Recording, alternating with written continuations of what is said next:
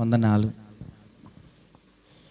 గత వారంగా మనం కొన్ని విషయాలు నేర్చుకుంటున్నాం కదా. సాక్షి జీవితం మీతో చెప్పాను. దేవుని చిత్తమైతే ప్రభు తలంపిస్తే దాన్ని కొనసాగింపు మాట్లాడతాను అని. ప్రభు ఒక నూతన తలంపు మరలా అనుగ్రహింపగా ఆ విషయాన్ని మీ మధ్య మరొక వ్యక్తిని మీ ముందుకు తీసుకురావాలని ఆశపడుతున్నాను. హల్లెలూయా. దేవుని చేత సాక్ష్యం పొందిన మనుషుల్ని ఒక ఇద్దరిని ధ్యానించాం కదా. ఎవరిని గురించి? మోషేను గురించి ప్రభు ఇచ్చిన సాక్ష్యాన్ని మనం ధ్యానిస్తూ వచ్చాం. అలాగే యోబును గురించి కూడా మనం ధ్యానించాం. హల్లెలూయా. మోషే మిక్కిలి సాత్వికుడు, నమ్మకమైన వాడు. అలాగే ఇదిగో నేను ముఖాముఖిగా అతనితో నేను మాట్లాడగలుగుతాను అంటూ మాట్లాడి మళ్ళీ ఐగుప్తు ధనాన్ని ఆశించిన వాడు కాడు, కానీ తన ప్రజలైన వారితో శ్రమను అనుభవించడానికైనా త్యాగం చేసిన వాడు అంటూ కూడా మోషేని గురించి మనం ధ్యానం చేసాం. హల్లెలూయా. అలాగే యోబుని గురించి కూడా దేవుడు సాతానుతో ఇచ్చిన సాక్ష్యం ఆ తర్వాత చివరి అధ్యాయంలో తన స్నేహితులతో ప్రభు ఇచ్చిన సాక్ష్యాన్ని మనం ధ్యానించి దేవుని వాక్యాన్ని నేర్చుకున్నాం. హల్లెలూయా. ఈరోజు కూడా కొద్ది విషయాలు మీతో పంచుకుంటాను రండి. 139వ కీర్తనలో మరికొన్ని విషయాలు మన ప్రభువు మనల్ని ఎలాగున చూస్తున్నాడో కొన్ని విషయాలు అక్కడ జ్ఞాపకం చేస్తూ ఉన్నాడు. 139 మొదటి నుంచి కొన్ని వచనాలు చదవండి. యెహోవా, నీవు నన్ను పరిశోధించి తెలుసుకొని ఉన్నావు. నేను కూర్చుండుట, నేను లేచుట నీకు తెలియను. నాకు తలంపు పుట్టక మునుపే నీవు నా మనస్సు గ్రహించుచున్నావు. నా నడకను నా పడకను నీవు పరిశీలన చేసి ఉన్నావు. నా చర్యలన్నిటినీ నీవు బాగుగా తెలుసుకొని ఉన్నావు. యెహోవా, మాట నా నాలుకకు రాకమునుపే అవి నీకు పూర్తిగా తెలిసి ఉన్నవి. చాలు. దేవునికి స్తోత్రం. హల్లెలూయా. కీర్తనకారుడైన దావీదు తన జీవితంలో యేసు ప్రభువారు మనం ఆరాధిస్తున్న మన దేవుడు ఎంతగా మనిషిని పరీక్షించి పరిశీలించి పరిశోధించి తెలుసుకొనగలిగిన దేవుడో తెలియజేస్తున్నాడు. 2 చేతుల పైకైతే దేవుని ఒకసారి మహింపరుద్దామా? హల్లెలూయా, హల్లెలూయా. కాబట్టి అందుకే నీవు నన్ను పరిశోధించి తెలుసుకున్నావు. నేను కూర్చుండుట, నేను లేచుట నీకు తెలియను. నాకు తలంపు పుట్టక మునిపే నీవు నా మనస్సును గ్రహించుచున్నావు. హల్లెలూయా, హల్లెలూయా. నువ్వు నడిచేది, నువ్వు లేచేది ఎవరికి తెలుసు? దేవుడికి తెలుసు. అన్నీ తెలిసిన దేవుడు నీ కోసం సాక్ష్యం ఇవ్వాలని మనం ధ్యానిస్తున్నాం. హల్లెలూయా. నువ్వు నడిచేది, ఎక్కడికి నడిచి వెళ్తున్నావో, ఎక్కడ ఉంటున్నావో అంతా కూడా దేవునికి తెలుసు. ఎక్కడెక్కడ నడుస్తూ ఉన్నామో, ఏ మార్గాల్లో మనము నడుస్తున్నామో, ఏ త్రోవల్లో మనం నడుస్తున్నామో, ఎక్కడ మన కాళ్ళు నిలబడుతున్నాయో, ఎక్కడ మన జీవిత విధానం ఉందో అనే విషయాలన్నీ దేవునికి తెలుసట. దేవునికి స్తోత్రం కలుగును గాక. కాబట్టి నేను లేచుట కూడా నీకు తెలుసు. నా తలంపు పుట్టక మునిపే నా మనస్సు నీవు గ్రహించున్నావు. నీకు తలంపు పుట్టిన తర్వాత కాదు, నీ ఆలోచనలో ఒక తలంపు వస్తుంది. ఇలా చేద్దాం, అలా చేద్దాం, అలా చేస్తే బాగుంటుంది, ఇలా చేస్తే బాగుంటుంది. కొన్ని తలంపులు చేస్తాం కదా మనం. ఈరోజు లేచిన తర్వాత ఈరోజు ఈ పని చేద్దాం, ఈరోజు ఇలాగ వెళ్దాం, ఈరోజు అక్కడికి వెళ్ళాలి, అలా చెయ్యాలి, ఇన్ని పనులు ఉన్నాయి, ఇలాంటి బోల్డ్ ఆలోచనలు ఉంటాయి మనకి, బోల్డ్ తలంపులు కలిగి ఉంటాం. హల్లెలూయా, హల్లెలూయా. ప్రభు ఏమంటాడు, వాక్యం ఏమంటుందంటే ఆ తలంపు వచ్చాక ఆ తలంపులు ఎరిగిన దేవుడు కాదు ఆయన. అర్థమవుతుందా? నువ్వు తలంచిన తర్వాత ఆ తలంపు, ఓహో నువ్వు ఎలా తలంచావా, లేకపోతే నువ్వు ఎలా తలుస్తున్నావా, నీ తలంపిదా అని అప్పుడు ఎరిగిన దేవుడు కాదు. నీకు తలంపు పుట్టక మునిపే, దేవుని స్తోత్రం కలుగును గాక, ఆ ఆలోచన ఆ తలంపు నీలోనికి రాక మునిపే నీ మనస్సును గ్రహిస్తున్న దేవుడు. దేవునికి స్తోత్రం కలుగును గాక. ఎంత జాగ్రత్త పడాలి మనం. ఇంకా కింద అంటాడు చూడండి, నా నడకను నా పడకను నీవు పరిశీలన చేస్తున్నావు, నా చర్యలన్నిటినీ నీవు బాగుగా తెలుసుకొని ఉన్నావు. మాట నా నాలుక రాక మునిపే అది నీకు పూర్తిగా తెలిసి ఉన్నది. దేవుని స్తోత్రం కలుగును గాక. హల్లెలూయా. మన చర్యలన్నీ ఏం చేస్తున్నామో, ఎలా మాట్లాడుతున్నామో, ఎలా తలంస్తున్నామో, ఊహల్లో ఊహిస్తున్నామో అన్నీ ఆయనకంట బాగుగా తెలుసు. అన్నీ సమస్తం ఆయనకి తెలుసు. గతించిన వారం కూడా చాలా విషయాలు ఈ మాటల్లో మనం పంచుకున్నాం. హల్లెలూయా, హల్లెలూయా. అన్నిటినీ ఎరిగిన దేవుడు, నీ చర్యలన్నిటినీ ఎరిగిన దేవుడు, నీ నడకలన్నిటినీ ఎరిగిన దేవుడు, నీ పడక మొత్తం ఎరిగిన దేవుడు. ఏమండి, నీ యొక్క ఆలోచనలు, తలంపులు, ఊహలన్నిటినీ ఎరిగిన దేవుడు. నీ నోట మాట రాక మునిపే దాన్ని ఎరిగిన దేవుడు నీ కోసం, నా కోసం ఒక మంచి సాక్ష్యం ఇవ్వగలిగినట్లుగా నిలబడుతున్నామా అనేది ఒకసారి ఆలోచన చేసుకోవాలి. హల్లెలూయా, హల్లెలూయా. మన నోటి మాట మాట్లాడిన తర్వాత ఎదుటివానికి తెలుస్తుంది. నువ్వు మాట్లాడింది మంచో చెడ్డో మాట్లాడిన తర్వాత అర్థమైంది. హల్లెలూయా. మాట బయటికి రాకుండా లోపల అనుకునే బోళ్ళు ఉంటాయి కదా. మీ లోపల అనుకున్న మాటలు ఒకసారి చెప్పండి అంటే ఎంతమంది చెప్పరు? ఒకవేళ ఖచ్చితంగా చెప్పండి అంటే అవి బయటకు వస్తే, అమ్మో నాయన, నా గురించి ఇన్ని తిట్టుకుంటున్నారా మీరు, నా గురించి ఇన్ని అనుకుంటున్నారా మీరు, అయితే నా గురించి ఇంత పొగుడుతున్నారా? ఉంటుందా ఉండదా? పొగుడుతూ ఉంటుంది, తిట్టడం ఉంటుంది ఖచ్చితంగా. దేవుని స్తోత్రం కలుగును గాక. భార్య గురించి భర్త, భర్తను గురించి భార్య, అసలు నీ మనసులో నా గురించి ఏమనుకుంటున్నావు చెప్పంటే, మనసులో అనుకునేది చెప్పను కానీ పైకి మాత్రం చెప్తాను నువ్వు మంచిదానివి. హల్లెలూయా కదా. ఏమండి, మనసులో అనుకునేది చెప్పను కానీ నువ్వు పైకి చాలా మంచోడివి అని చెప్తారు. మనసులో నేను అడిగింది ఏంటి? నీ మనసులో మాట చెప్పు, అది చెప్తే నువ్వు ఉండలేవులే కదా. హల్లెలూయా. నీ భర్తకి, నీ భార్యకి, అయితే నీ తల్లిదండ్రులకి, ఏమండి మన తోటి వారికి మనం మాట్లాడిన తర్వాత మన మాట ఏంటో తిట్టుకుంటున్నామా, పొగుడుతున్నామా, మెచ్చుకుంటున్నామా, తగ్గిస్తున్నామా, ఇవన్నీ మనకు తెలుస్తుంది. మనం ముందు ఎందుకు నేర్చుకున్నాం? 3 విషయాలు ఆల్రెడీ 2 నేర్చుకున్నాం. మనుషుల గురించి సాక్ష్యం పొందాలి, మనుషుల వలన, సేవకుడి వలన సాక్ష్యం పొందాలి. దేవుని స్తోత్రం కలుగును గాక. నా దేవుని ఎదుట మనం సాక్ష్యం పొందాలి అనేది నా ఆశ. హల్లెలూయా, హల్లెలూయా. కొన్నిసార్లు ఏమండి ఖచ్చితంగా మనుషుల ఎదుట అన్ని సందర్భాల్లో మనం సాక్ష్యం పొందలేము, అన్ని సందర్భాల్లో మనం దాన్ని తీసుకోలేము. ఎందుకంటే మనుషులు కొన్నిసార్లు చూస్తారు, చూడరు. అంతర్యాలు గమనించే దేవుడు మన కోసం సాక్ష్యం, అందుకే అది ఫైనల్ అంట. దేవునికి స్తోత్రం కలుగును గాక. హల్లెలూయా, హల్లెలూయా. కాబట్టి ఆలోచన చేయండి. ఇప్పుడు దేవుడు నీ నడకను, నీ పడకను, నువ్వు కూర్చోండటం, నీవు లేచటం, ఏమండి నీ చర్యలన్నిటినీ, నీ మనసంతటిని, నీ తలంపు పుట్టక మునిపే నీ మనస్సును ఎరిగిన వాడు, ఏమండి నీ నోట మాట రాక మునిపే నీకు ఆయనకు పూర్తిగా ఎరిగిన దేవుడు మన గురించి ఏమి ఇవ్వాలంటే మంచి సాక్ష్యం ఇవ్వాలి. దేవునికి స్తోత్రం కలుగును గాక. హల్లెలూయా. ఆయన మన గురించి ఏ సాక్ష్యం ఇస్తాడో అది కదా నిజమైంది, అది కదా ఫైనల్ జడ్జిమెంట్ అనేది. దేవుని స్తోత్రం కలుగును గాక. అలాగే నా కొంతమంది వ్యక్తుల గురించి గతించిన వారంలో మనం ధ్యానిస్తూ వచ్చాము. ఇంకా ఆయన అంటాడు చూడండి, ఇదిగో అయ్యా, 7వ వచనం నుంచి చూద్దామా?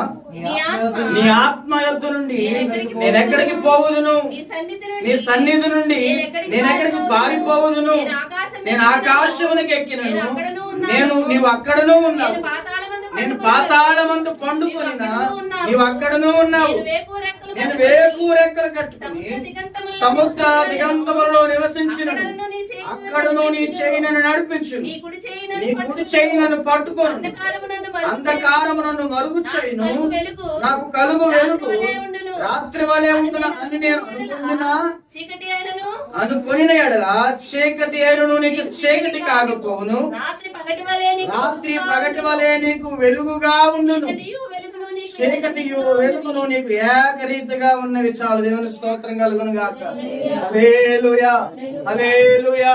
ఏమండి మనుషుల యొద్ద నుండి మనం తప్పించుకొని పారిపోవచ్చు కదా, సేవకుడి యొద్ద నుంచి కూడా మనం తప్పించుకొని పారిపోవచ్చు, కానీ దేవుని ఆత్మ నుండి పారిపోతామా? అదే అంటున్నాడు కీర్తనగాడు, నీ ఆత్మ యొద్ద నుండి నేను ఎక్కడికి పారిపోదును, ఆకాశానికి వెళ్ళిపోతానా? అక్కడ నువ్వు ఉన్నావు. పాతాళంలో పండుకుంటానా? అక్కడ నువ్వు ఉన్నావు. రేపు రెక్కలు కట్టుకొని సముద్ర దిగంతాల్లోనికి వెళదామనుకుంటానా? అక్కడ కూడా హల్లెలూయా. ఇంకెక్కడికి వెళ్ళి తప్పించుకుంటా? ఎక్కడికి వెళ్ళి దాచుకుంటా? ఎక్కడికి వెళ్ళి ఏమండి కనబడకుండా నా లోపాలు, నా పాపాలు, నా విధేయతలు, నా పొరపాట్లు ఏమండి ఎక్కడ నేను కనుమరుగు చేసుకోగలను? హల్లెలూయా. నీకు కనబడకుండా నేను మరుగు చేసుకుందని అనుకున్నా, అంధకారం నన్ను మరుగు చేసిద్ది అనుకున్నా, ఏమండి చీకటి ఆయనకి చీకటిగా హల్లెలూయా. ఏమండి పగలు ఎలా ఉంది? రాత్రి పగటి వల్లే నీకు పాపాలు దాచగలమా? దేవునికి తెలియకుండా మన పొరపాట్లు దాచగలమా? దేవునికి తెలియకుండా మన అతిక్రమాలు దాచగలమా? హల్లెలూయా, హల్లెలూయా. దాక్కుందని అనుకున్నా దాగలేనే అంటున్నాడు. హల్లెలూయా, హల్లెలూయా. ఎవరికి తెలియకుండా అటువంటి రహస్యంగా వాటిని ఉంచాలనుకున్నా, మనుషుల దగ్గర ఒక రహస్యంగా ఉంచొచ్చేమో, సేవకుల దగ్గర ఒక రహస్యంగా ఉంచొచ్చేమో, కానీ దేవుని దగ్గర రహస్యంగా ఉంచదగింది ఏదియో లేదని లేఖనం సెలవిస్తుంది. దేవుని స్తోత్రం. అలాగున నువ్వెక్కడికి వెళ్ళిపోయి పారిపోయిన మనుషుల దగ్గర నుంచి పారిపోగలవు, సేవకుని దగ్గర నుంచి పారిపోగలవు, మనుషులకు నువ్వు దాచగలవు, సేవకునికి నువ్వు దాచగలవు. దాచి మనుషుల దగ్గర, సేవకుని దగ్గర, వాళ్ళ దగ్గర నువ్వు మంచిగా ఉండి ఒకవేళ మంచి సాక్ష్యం ఒకవేళ పొందొచ్చు, గాని అలా దేవుని దగ్గర మాత్రం మంచి సాక్ష్యాన్ని హల్లెలూయా. గతించిన వారం కూడా మనం ధ్యానించాం. దేవునికి ఏదైనా లంచం ఇచ్చి మంచి సాక్ష్యం చెప్పించుకున్నావా? లంచం తీసుకునే దేవుడు ఆయన. నా కోసం కొంచెం మంచిగా చెప్పవు, మా వాళ్ళకి మా సంగతులు కొంచెం నా కోసం మంచిగా చెప్పవా? చెప్పిస్తామా? ఆయనతో ఏమన్నా నువ్వు చెప్పేవంటే 1000 కొబ్బరికాయలు కొడతానయ్యా.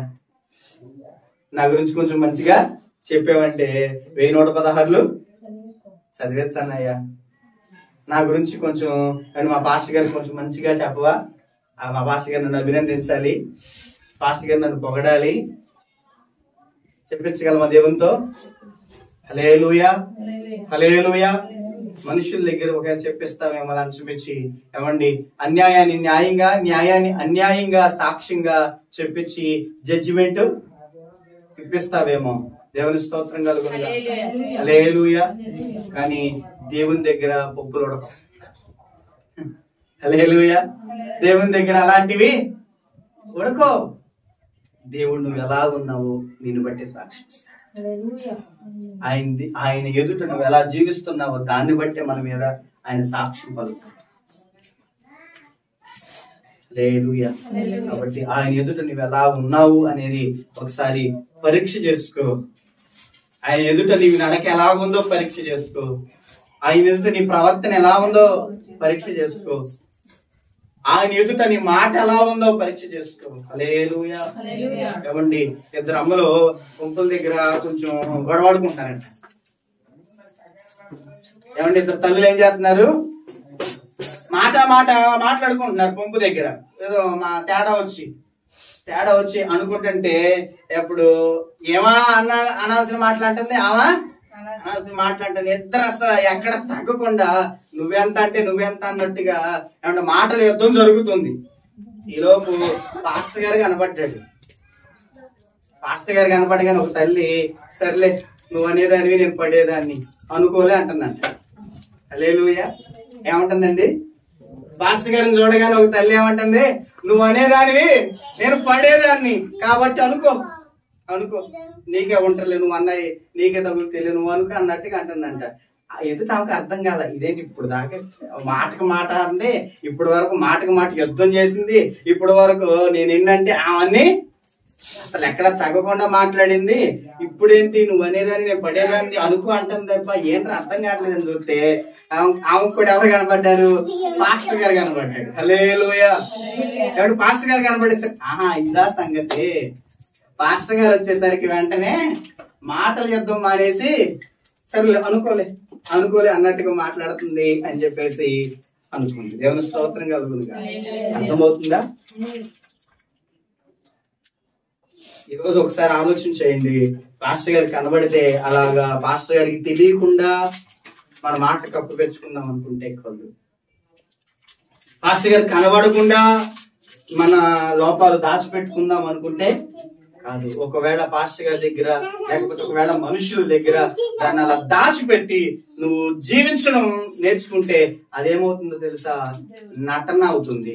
వాక్య మాటల్లో చెప్పాలంటే వేషధారణ అవుతుంది. హల్లెలూయా. అదేమవుతుందండి? వేషధారణ అవుతుంది. ఉన్నప్పుడు ఒకలాగా లేనప్పుడు ఒకలాగా జీవించే విధానాన్ని వేషధారితనం అని పరిశుద్ధ గ్రంథం ఏమండి స్పష్టంగా తెలియజేస్తుంది. దేవునికి స్తోత్రం కలుగునుగాక. హల్లెలూయా. కానీ మనుషులు కనబడడం వలన ఒకలాగా, మనుషులు లేనప్పుడు మరొకలాగా జీవించే విధానం, మనుషుల ద్వారా సేవకుల ద్వారా సాక్ష్యం పొందుకుంటే చాలే అనుకుని సరిపెట్టుకుని వారి ఎదుట నటించే విధానాన్ని బైబిల్ పరిశుద్ధ గ్రంథం అది వేషధారితనం అంటుంది. వేషధారులకు పరలోక రాజ్యంలో స్థానం లేదని హెచ్చరిస్తుంది. హల్లెలూయా. హల్లెలూయా. ఏమండి వ్యభిచారికైన క్షమాపణ ఉంది కానీ వేషధారికి క్షమాపణ లేదు, క్షమించబడలేదు. ఎందుకంటే అతను మార్పు చెందడు, ఇంకా పాపైన మార్పు చెందుతాడు కానీ వేషధారి మార్చుకోవడానికి ఇష్టపడడు. దేవుని స్తోత్రం కలుగును గాక. ఈ రోజు గమనించండి, ఈ రోజు దేవుడు నీతో నాతో మాట్లాడుతా ఉన్నాడు. మన ప్రవర్తన, మన నడవడిక, మన చూపులు, మన తలంపులు, మన ఆలోచనలు, మన హృదయం యొక్క తలంపుల యొక్క ఆలోచన అన్నిటినీ ఆయన ఎరిగిన వాడిగా ఉన్నాడు. ఆయన యొద్ద నుండి మనం తప్పించుకుందాం అనుకున్నా ఆయన యొద్ద నుండి మనం ఎన్నడూ తప్పించుకోలేము. కాబట్టి ఆయన ఎదుట మనము ఎలా కనబడుతున్నాం, ఆయన మన గురించి సాక్ష్యం ఇవ్వాలి.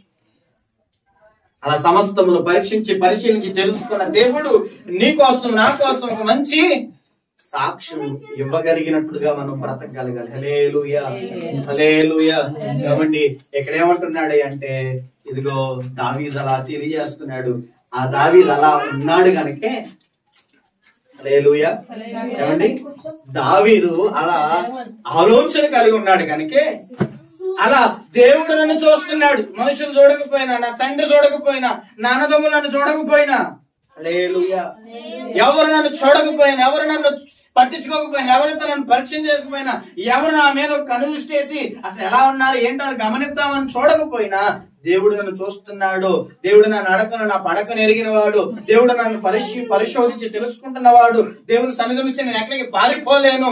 ఏమండి దేవుడు కనుదృష్టి నుంచి నేను ఎక్కడ తప్పించుకోలేను. ఆయన నిరంతరం నన్ను చూస్తున్నాడు. ఆయన కంటికి నేను కనుమరుగా లేనని ఎరిగిన వాడుగా, అంత పరిశీలనగా, అంత తెలుసుకున్నవాడిగా, అంత జాగ్రత్త కలిగిన వాడుగా ఉన్నాడు కనుకనే ఆ దావీదుని గురించి దేవుడు ఒక మంచి సాక్ష్యం ఇస్తున్నాడు. అపోస్తల కార్యాలయానికి రండి ప్రియమైన బిడ్డలారా.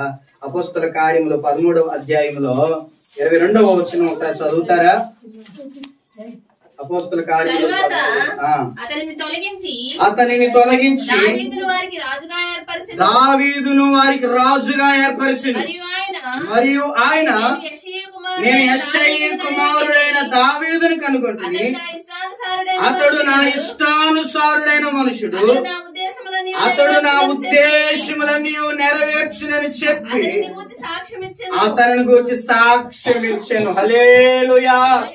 అపోస్తలుడైన పౌలు ఒక సమయంలో అక్కడ ఉన్న ప్రజలతో మాట్లాడుతూ, ఇదిగో తన పితరులను గురించి ఎలాగ ఆయన పిలిచాడో, తన పితరులను ఆయన అంతియోక్యలో ఉన్న వ్యక్తులతో ఆ విశ్రాంతి దినాన, అంతియోక్య అనే ప్రాంతంలో విశ్రాంతి దినమున ఆ సమాజ మందిరంలోనికి వెళ్లి వారికి ప్రకటిస్తూ ఈ విషయాలన్నీ తీసుకొస్తున్నాడు. ఇదిగో మన పితరులు దేవుడు ఏర్పాటు చేసుకున్నాడు. ఆ పితరుల నుంచి ఇలాగ దేవుడు నడిపించుకొచ్చాడు. ఏమండి న్యాయాధిపతులను ఆయన ఏర్పాటు చేశాడు. న్యాయాధిపతుల్ని మన పితరులు వద్దనుకొని ఒక రాజు కావాలనుకున్నారు. అందుకే సౌలుని రాజుగా దేవుడు నియమించాడు. కానీ సౌలు కూడా తప్పిపోయినప్పుడు ఇదిగో దావీదుని ఆయన కనుగొన్నాడు. హల్లెలూయా.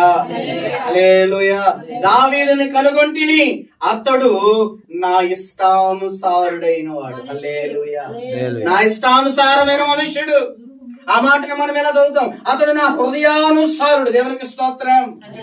దేవునికి ఇష్టమైన వ్యక్తిగా, దేవుని హృదయాన్ని ఎరిగి అనుసరించే వ్యక్తిగా దావీదు ఉన్నాడని దేవుడు సాక్ష్యం ఇస్తున్నాడండి. పౌలు ఆ విషయం చెప్తున్నాడు. ఇదిగో దావీదుని గురించి మన దేవుడు సాక్ష్యం ఇచ్చాను. ఎవరిచ్చారంట? దేవుడు. మొదటి సమూయేలు గ్రంథంలో మనకు ఆ విషయాలు కనబడితే, ఏమంటే సమూయేలుతో మాట్లాడుతూ ఏమంటే దేవుడు సాక్షాత్తు పలికిన మాటలు మనకి మొదటి సమూయేలు గ్రంథం 13వ అధ్యాయం 13 నుంచి మనకు ఆ విషయాలు కనబడుతున్నాయి. దేవుని స్తోత్రం కలుగును గాక. హల్లెలూయా. చదవండి మొదటి సమూయేలు గ్రంథము 13వ అధ్యాయం 13వ వచనం. అందుకు సమూయేలు ఇట్లా నేను, నీ దేవుడైన యెహోవా నీకిచ్చిన ఆజ్ఞను గైకొనక అవివేకపు పని చేసితివి. నీ రాజ్యము ఇశ్రాయేలీయుల మీద సదాకాలము స్థిరపరచుటకు యెహోవా తలచుండెను. అయితే నీ రాజ్యం నిలవదు. యెహోవా తనకే చిత్తానుసారమైన మనస్సు గల మనుషుని కనుగొని ఉన్నాడు. నీకు ఆజ్ఞాపించిన దాన్ని నీవు గైకొనకపోతివి గనుక యెహోవా తన జనుల మీద అతనిని అధిపతిగా నియమించును. దేవుని స్తోత్రం. హల్లెలూయా. ఏమండి, సౌలుతో సమూయేలు మాట్లాడుతూ చెప్పిన మాట ఏంటంటే, నువ్వు ఎలాగున్నావు, దేవునికి నువ్వు అనుకూలంగా నడవలేకపోయావు, దేవుడు నీ రాజ్యాన్ని స్థిరపరచుదాం అనుకున్నాడు, గాని నీ అవివేక పని వలన, నీ మూర్ఖత పని వలన, దేవుని ఆజ్ఞను అతిక్రమించి నడిచిన విధానం వలన ఇదిగో నీ రాజ్యం నీతో ఉండదు. దాన్ని తొలగించి తీసివేసి ఇదిగో ఒక వ్యక్తిని దేవుడు కనుగొన్నాడు. తన చిత్తానుసారమైన మనసు గల ఒక వ్యక్తిని కనుగొన్నాడు. ఆయనే దావీదు. హల్లెలూయా. ఈ రాజ్యం నీ యొద్ద నుండి తీసివేసి అతనికి ఇవ్వబడుతుంది. తన జనులను ఆయన అధిపతిగా ఉండి పరిపాలిస్తాడు. హల్లెలూయా. ఈరోజు గమనించండి, దేవుడు మాట్లాడుతూ ఉన్నాడండి. దావీదుని గురించి నా హృదయానుసారుడు, నా ఇష్టానుసారుడు, నా చిత్తానుసారుడు అని దావీదుని గురించి దేవుడు సాక్ష్యం ఇవ్వడానికి గల కారణం ఏమిటంటే, మన 139వ కీర్తన చదివినట్లుగా దావీదు ఏం గ్రహింపు కలిగి ఉన్నాడో తెలుసా? ఆయన నన్ను చూస్తున్నాడు, నేను ఆయన దృష్టికి అనుకూలంగా బ్రతకాలనుకున్నాను.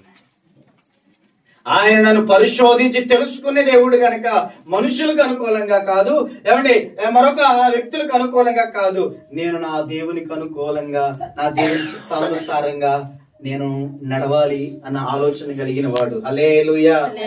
హల్లెలూయా. అర్థమవుతుందండి. నేను ఎక్కడికి వెళ్ళినా ఆయన అక్కడ ఉన్నాడు కనుక నేను ఏమండి ఉండవలసింది, నేను నడవవలసింది, నేను జీవించవలసింది ఏమండి అప్పుడప్పుడున్న వాళ్ళ మధ్య, అప్పుడప్పుడు చూస్తున్న వాళ్ళ కొరకు కాదు, ఎప్పుడూ నన్ను చూసి నన్ను పరీక్షించి నన్ను తెలుసుకుంటున్న ఆ దేవునికి అనుకూలంగా నేను జీవించాలని గ్రహింపు కలిగి ఉన్నాడు గనుక, అలా జీవించాడు గనుక దేవుని వలన అంటున్నాడు, సాక్ష్యం పొందుకున్నాడు, అతడు నా చిత్తానుసారమైన మనుషుడు, అతడు నా ఇష్టానుసారమైన మనుషుడు, అతడు నా హృదయానుసారుడు. హల్లెలూయా. హల్లెలూయా. ఎవరండి? ఎవరండి? దావీదుని గురించి ప్రభు ఇస్తున్న సాక్ష్యం ఏమిటండి? పుస్తకాలను చూసాం, అతడు నా ఇష్టానుసారుడు.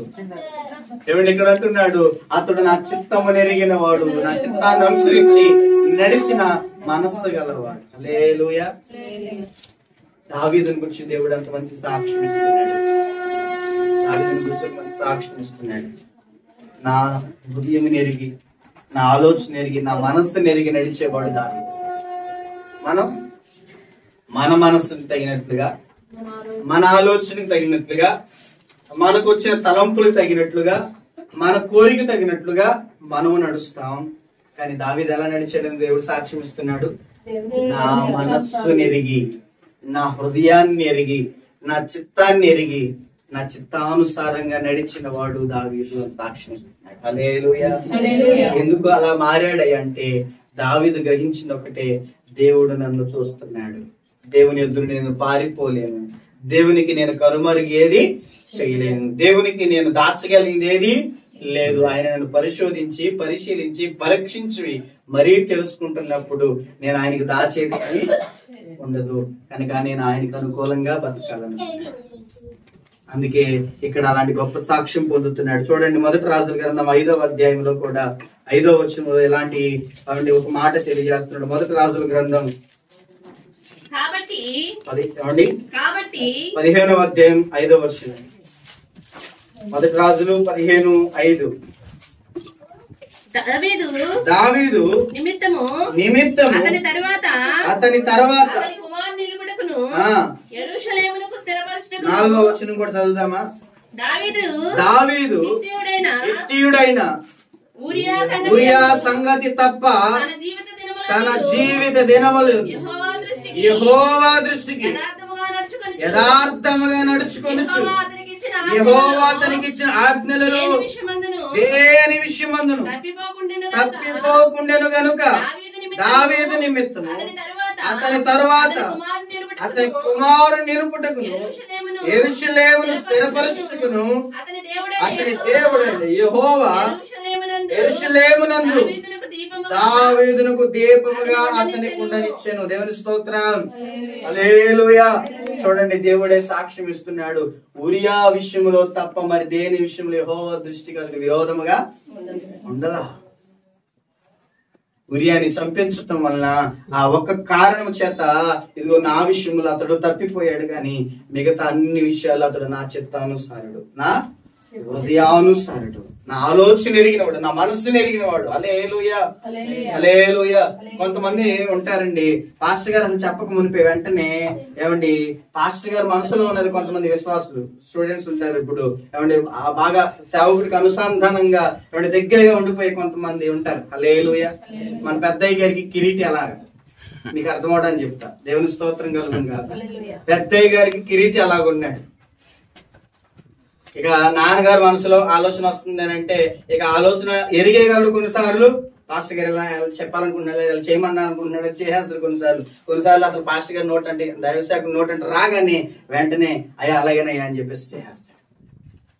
హల్లెలూయా. ఏమండి అంటే ఇప్పుడు దావీదు దేవుని మనసుని ఎరిగిన వాడు కనుక దేవుడు ఎలా ఉండాలనుకుంటున్నాడు అంటే దావీదు ఎరిగిపోయి అలాగే నడిచిన వ్యక్తిగా ఉన్నాడు. హల్లెలూయా. దావీదు అలా చేయాలనుకుంటున్నానంటే అలాగే చేసేద్దాం. నా మనస్సుని ఎరిగిన వాడు, ఎంత మాట. దావీదు ఎలాంటి వాడట? దేవుని మనస్సుని ఎరిగి, దేవుని చిత్తాన్ని ఎరిగి, ఆయన చిత్తానుసారంగా నడిచి. హల్లెలూయా. ఆయన హృదయానుసారం, నా హృదయానుసారం దావీదు అన్నాడు. ఆ హృదయం ఎరిగి నడుచుకున్న వ్యక్తి దావీదు. దేవుని హృదయం మనకి అంతా అర్థమవుతుందా? దేవుడు గుండెలు బాదుకొని అరే నాయన మీ పట్ల నా చిత్తం మీది, మీ పట్ల నా ఉద్దేశం ఇది, మీ పట్ల నా ప్రణాళిక ఇదని మొత్తుకున్నా మనకు అర్థం కావట్లేదు. మనసు అర్థం చేసుకోవడం కాదు, అర్థమవుతుందండి. ఆయన హృదయాన్ని అర్థం చేసుకోవడం కాదు. ఆయన అసలు చెప్పకుండానే ఆయన హృదయంలోకి మనం దూరిపోయి దేవా నీ హృదయంలో ఎంత బాధ ఉందా, నీ హృదయంలో ఎంత వేదన ఉందా, నీ హృదయంలో నశించిపోతున్న ఆత్మల పట్ల ఎంత ఏమంటే రోదన చేస్తున్నావా అని తెలుసుకోవడం కాదు. అసలు వాక్యం ద్వారా దేవుడు ఇదిగో నశించిపోతున్న ఆత్మల పట్ల నా వేదన, నా బాధ ఇది, నా పిల్లలారా అర్థం చేసుకుని నశించిపోతున్న ఆత్మల కొరకు మీరు ఇలాగా ఉండండి అని చెప్తేనే మనకు అర్థం కావట్లేదు. హల్లెలూయా. ఏమండి ఇదిగో నీ పట్ల నా ఉద్దేశం ఇది ఇలా నడవనాయనా అని చెప్పేసి వాక్యం చేత స్వరం చేత దేవుడు మనతో మాట్లాడినా మనకేమి అర్థం కావట్లేదు.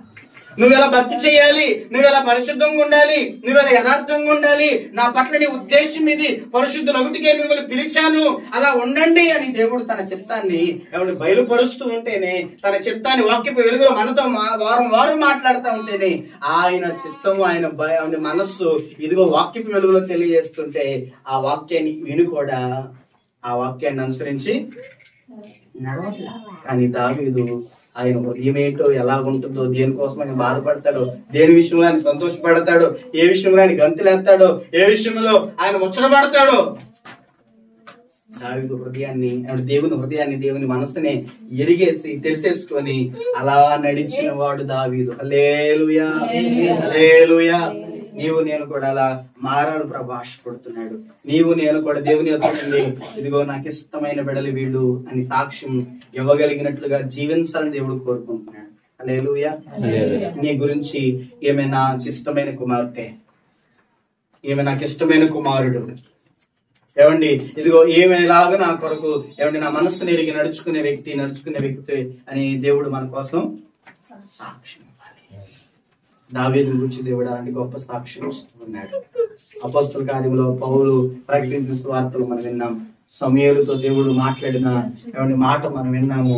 అతడు నా హృదయానుసారి. చాలా లేఖనాలు ఉన్నాయి. ఆ మాటని ఎత్తిపట్టి పరిశుద్ధాత్మ దేవుడు ఆయా గ్రంథాల్లో రాసిన మాటలు ఇంకా చాలా ఉన్నాయి. ఆ మాటలన్నిటిలో కూడా దేవుడు తెలియజేసి మాట్లాడే తెలుసా, దావీదు నా హృదయానుసారుడు, దావీదు నా చిత్తాన్ని ఎరిగి నా చిత్తానుసారంగా నడిచిన వ్యక్తి. మీరెంతమంది మరి అలాగున ఆయన చిత్తం ఎరిగి ఆయన చిత్తాన్ని నెరవేర్చి దేవుని యొద్ద సాక్ష్యం పొందుతున్నాం? దావీదు వలె ఆయన నన్ను చూస్తున్నాడు, మనుషులు చూడకపోయినా ఆయన నన్ను చూస్తున్నాడని భయం కలిగి ఎంతమంది మనం బ్రతుకుతున్నాం? నా తలంపులు మనుషులకు తెలియదు, నా మనస్సులో నా ఆలోచనలు మనుషులకు తెలియదు, నా నోటిలో మాట బయటకు రాకమునిపే నా మనుషులకు తెలియదు. కాబట్టి ఎవరి మనుషులకు తెలియదు అన్నట్లుగా ఉండిపోతున్నామేమో గాని, ఇవన్నీ నోట్లోంచి మాట బయటకు రాకపోయినా, నా మనసులో ఉన్న తలంపు బయటకు రాకపోయినా, నా మనసులో ఉన్న ఆలోచనలన్నీ, తలంపులన్నీ, మాట అన్ని ఎరిగిన దేవుడు నన్ను చూస్తున్నాడని భయం కలిగి ఎంతమంది ప్రవర్తిస్తున్నామో ఒకసారి ఆలోచన చేయాలి. హల్లెలూయా, హల్లెలూయా. ఉందా భయం మనిషికి? ఈరోజు అన్యుని ప్రక్కన పెట్టండి, దేవుని ఎరగని వారిని ప్రక్కన పెట్టండి, వాక్యం తెలియని వారిని ప్రక్కన పెట్టండి, వాక్యం అంటే అర్థం కాని వారిని ప్రక్కన పెట్టండి. వాక్యంలోనికి వచ్చి, వాక్యము వింటూ సన్నిధిలోనికి వచ్చి, సన్నిధిలో దేవుడి చేత బోధింపబడుతున్న దేవుని బోధలు వింటూ ఎంతమందికి ఆగ్రహింపు ఉంది?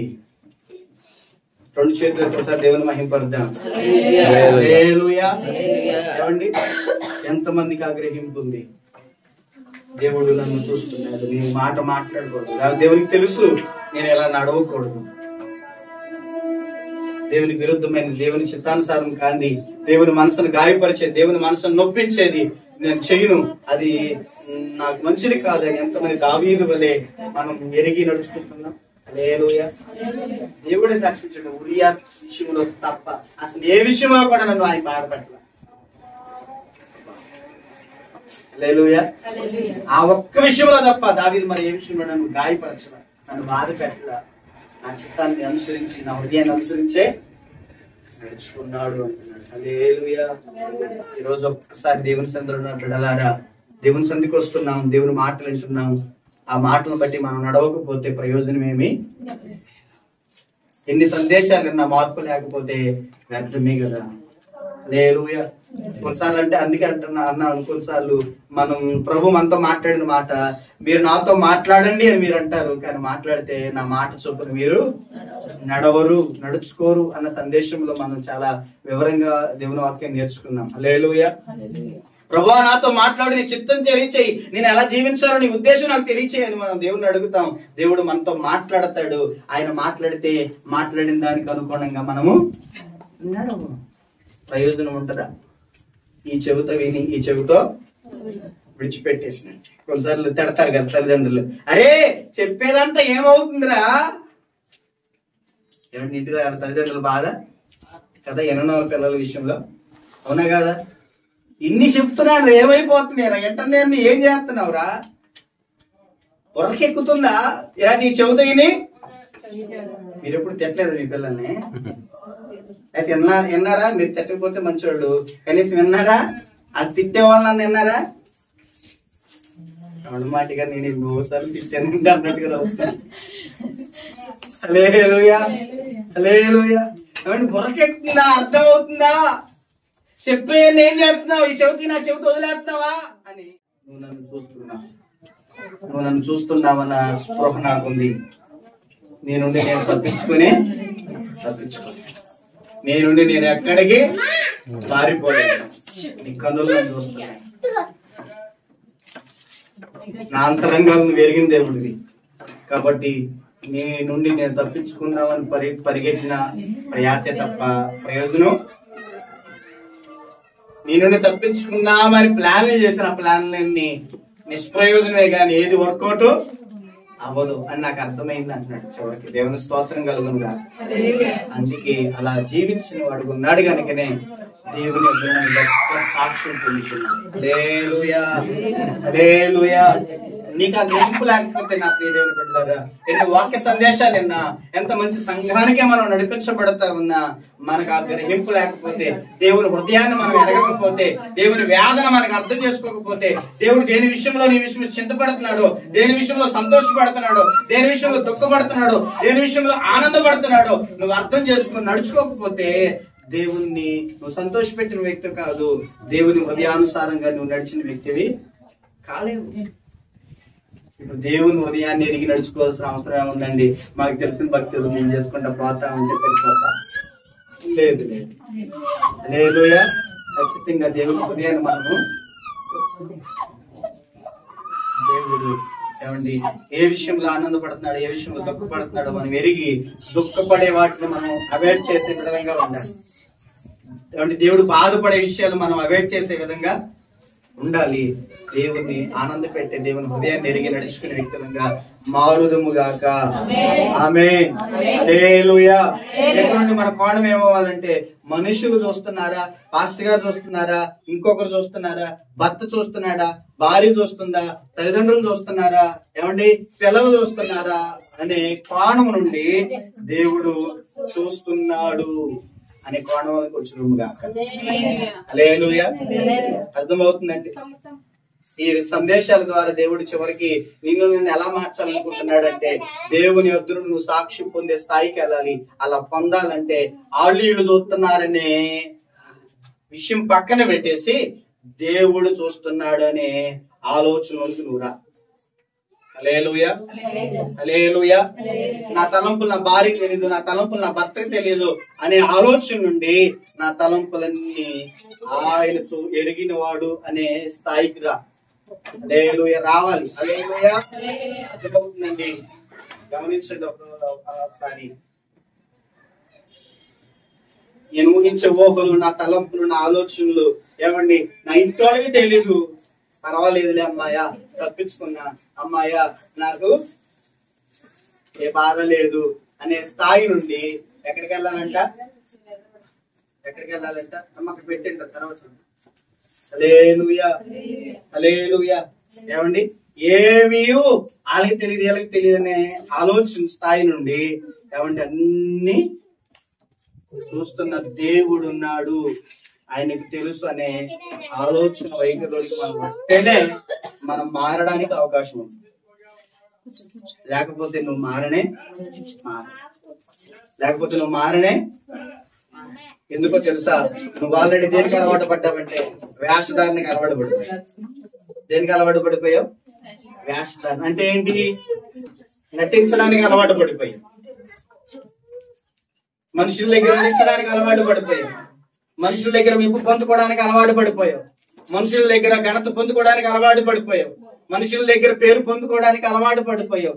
మనుషుల్ని మెప్పిస్తే చాలు, మనుషుల్ని సంతోష పెడితే చాలు, మనుషుల్ని ఏమండి ఆ దగ్గర నుండి ఆ ఘనత పొందుకుంటే చాలనే స్థాయి దగ్గర ఆగిపోయావు.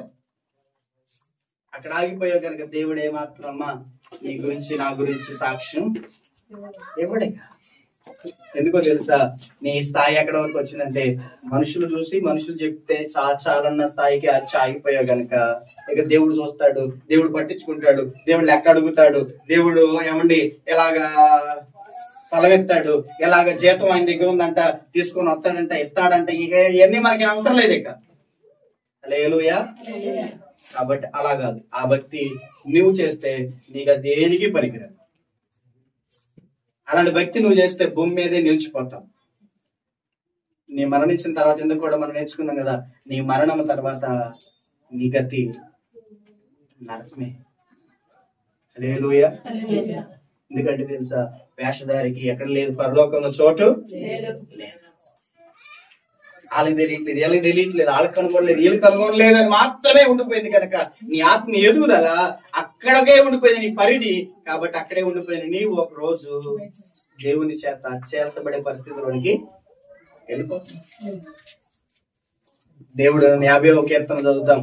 ఆయన నన్ను ఏమనట్లేదు, ఆయన నన్నేమి చూడట్లేదు, ఆయన నన్నేమి చేయట్లేదు అని నువ్వు అనుకుంటున్నావు. గాని నువ్వు జరిగించిన ప్రతి క్రియలు చూడండి. ఆ మాట చదువుకొని ముగించుకుందాం.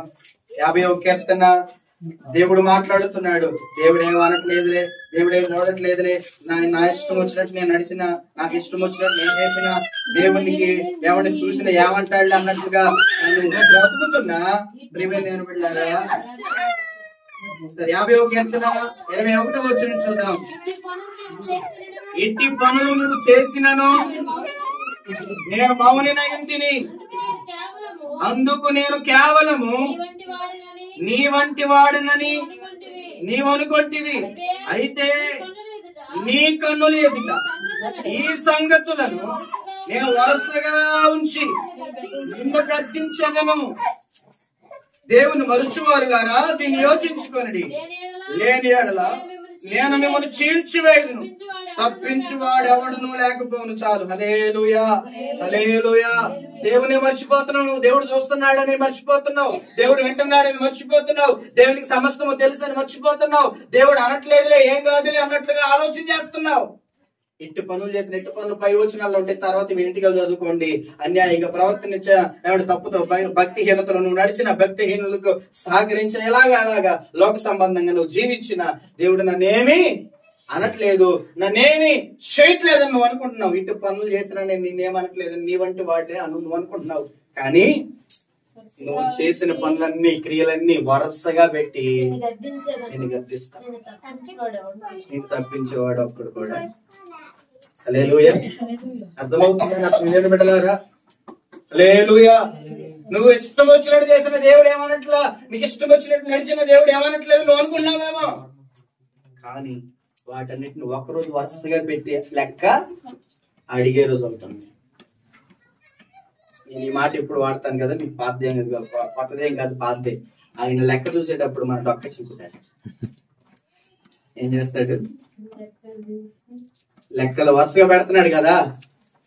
నువ్వు చేసిన క్రియలు, చర్యలు, పని అన్ని లెక్క చూసి లెక్క తేల్చే రోజు ఒకటి ఉంది అంటున్నాడు కదా.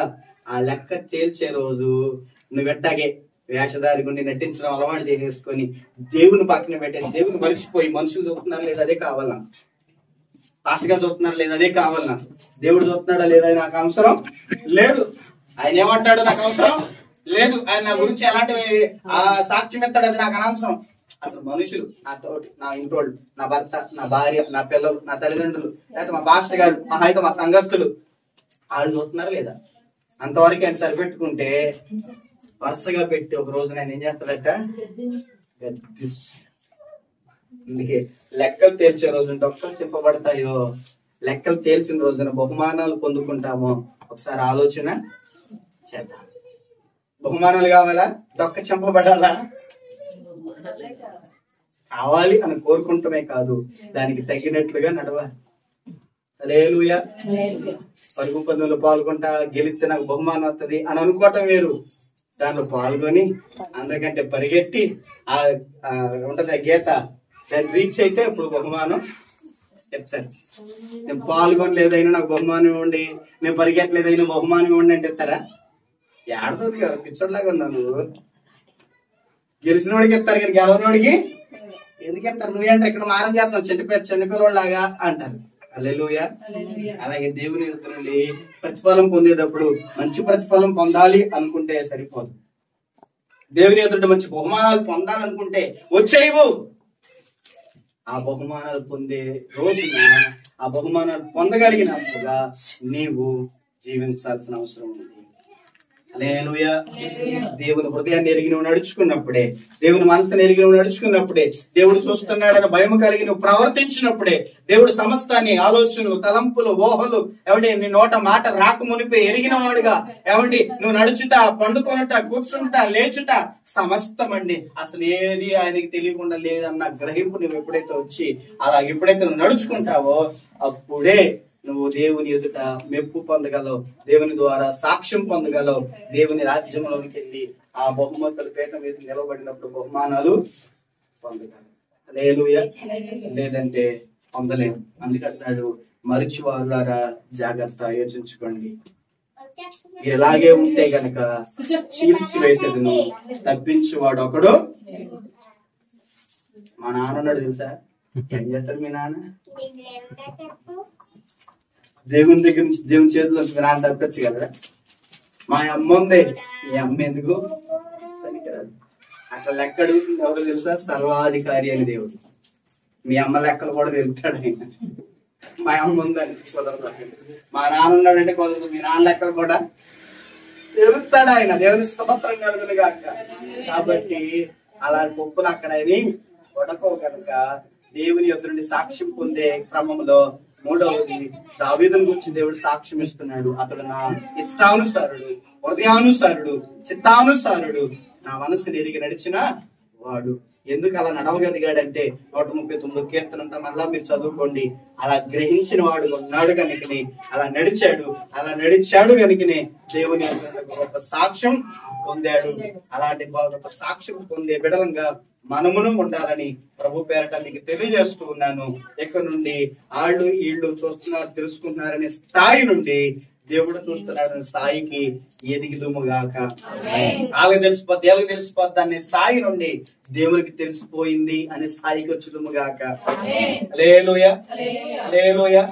ఆ స్థాయికి ఒకవేళ రాకపోతే దేవుని యొద్ద నుండి మాత్రం నువ్వు బహుమానం పొందలేవు. దేవుని చేత నీవు ఏమండి నెట్టి వేసే బిడ్డగా, ఆరవేసే బిడ్డగానే మిగిలిపోతావు. అక్రమం చేయు వారులారా నా యొద్ద నుండి తల్ల ఉంచండి. ప్రార్థన చేద్దాం. ప్రభు ఈ మాటలు మన వెనుకలో దీవించును గాక. ఆలోచన చేయండి, ఆలోచన చేయండి, ఆలోచన చేయండి. ప్రార్థన చేద్దాం. ఎవరు మిమ్మల్ని నా ప్రియ తల్లి, నా ప్రియ సహోదరుడా, నా సహోదరి, మనుషుల వల్ల మెప్పు పొందుదాం అనుకుంటున్నావా? పాస్టర్ గారి వల్ల మెప్పు పొందితే చాలని సరిపెట్టుకుంటున్నావా? లేదు. మూడవది, దేవుని వల్ల నువ్వు మెప్పు పొందాలి, దేవుని వల్ల సాక్ష్యం పొందాలి. మనుషులకు తెలియకుండా దాచబడింది, సేవకునికి తెలియకుండా దాచబడింది, దేవునికి తెలియకుండా దాచలేవు అని ఈ రోజు దేవుడు హెచ్చరిస్తున్నాడు. తలంపులు తపనయువన్నీ అన్నీయు ఎరిగి ఉన్నావు. తలంపులు తపనయువన్నీ అన్నీయు ఎరిగి ఉన్నావు.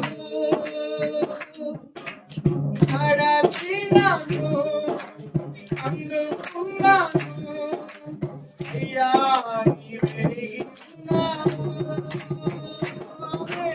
నడచినను అందుకున్నాను అయ్యా నీవెరిగి ఉన్నావు. ధన్యవాదం యేసు రాజా, ధన్యవాదం యేసు రాజా.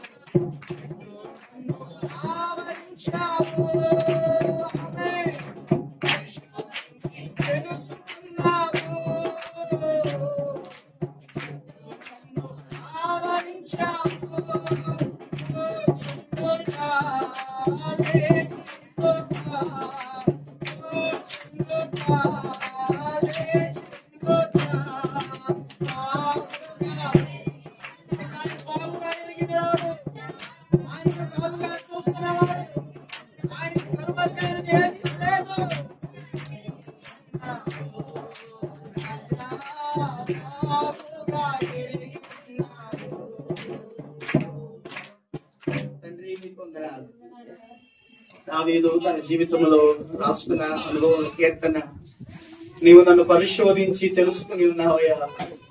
నేను కూర్చుంటా లేచుతా నీకు తెలుసు, నేను పనులుట నడుచుతా నీకు తెలుసు, నీకు మరుగైనదేది లేదు. నా తలంపు పుట్టక మునిపే నా నాలుక మాట రాక మునిపే నువ్వు సమస్తమును గుర్తించుచున్న దేవుడు. ఆ గ్రహింపు కలిగి ఉన్నాడు కనుక నేను నడుచుకున్నాడు. అందుకే మీ హృదయాన్ని ఎరిగి నడుచుకున్న వ్యక్తిగా మారాడు. మీ యొద్ద నుండి నా హృదయానుసారుడు, నా ఇష్టానుసారుడు, నా చిత్తము నెరిగి నడుచుకుని నా చిత్తానుసారుడు అని గొప్ప సాక్ష్యం దావీదుని గురించి మీరు ఇచ్చారయ్యా. మేము ఆ గ్రహింపు కోల్పోయామేమో, నువ్వు చూస్తున్నావన్న భయం లేకుండా ఉన్నామేమో, నువ్వు మా తలంపులు ఎరిగి ఉన్నావని భయం లేకుండా ఉన్నామేమో, నా ఆలోచన ఎరిగి ఉన్నావని భయం లేకుండా ఉన్నామేమో, మేము చూస్తున్న వ్యామోహపు చూపులు ఎవరికి తెలియట్లేదులే అనుకున్నట్లుగా భ్రమలో ఉన్నామేమో. అన్నీ నువ్వు ఎరిగావు, నా చర్యలన్నిటిని నువ్వు ఎరిగావు, నా ఆలోచనలన్నిటిని నువ్వు ఎరిగి ఉన్నావని, నీ ఎదుట మేము నిలుచున్నామని, నీ ఎదుట మేము దాచదగినది ఏది లేదని ఈరోజు మాకు వివరించారయ్యా. ఎక్కడి నుండి అయినా అయ్యా మనుషులు చూడట్లేదు, మరొకరు చూడట్లేదనే ఆధ్యాత్మిక స్థాయి నుండి నీవు చూస్తున్నావు, నీకు భయము కలిగి బ్రతకాలన్న స్థాయికి మా ఆత్మీయ జీవితాలని ఎదిగింపు చేయమని, అలా నడిచే నీ రాజ్యాన్ని స్వతంత్రించుకునే కృప కలుగు చేయమని ప్రార్థన చేస్తూ ఈ మాటలు నూరంతలుగా మా హృదయాల్లో ఫలింప చేయమని యేసు క్రీస్తు నామమున ప్రార్థించి వేడుకుంటున్నాం మా పరమ తండ్రి. ఆమేన్.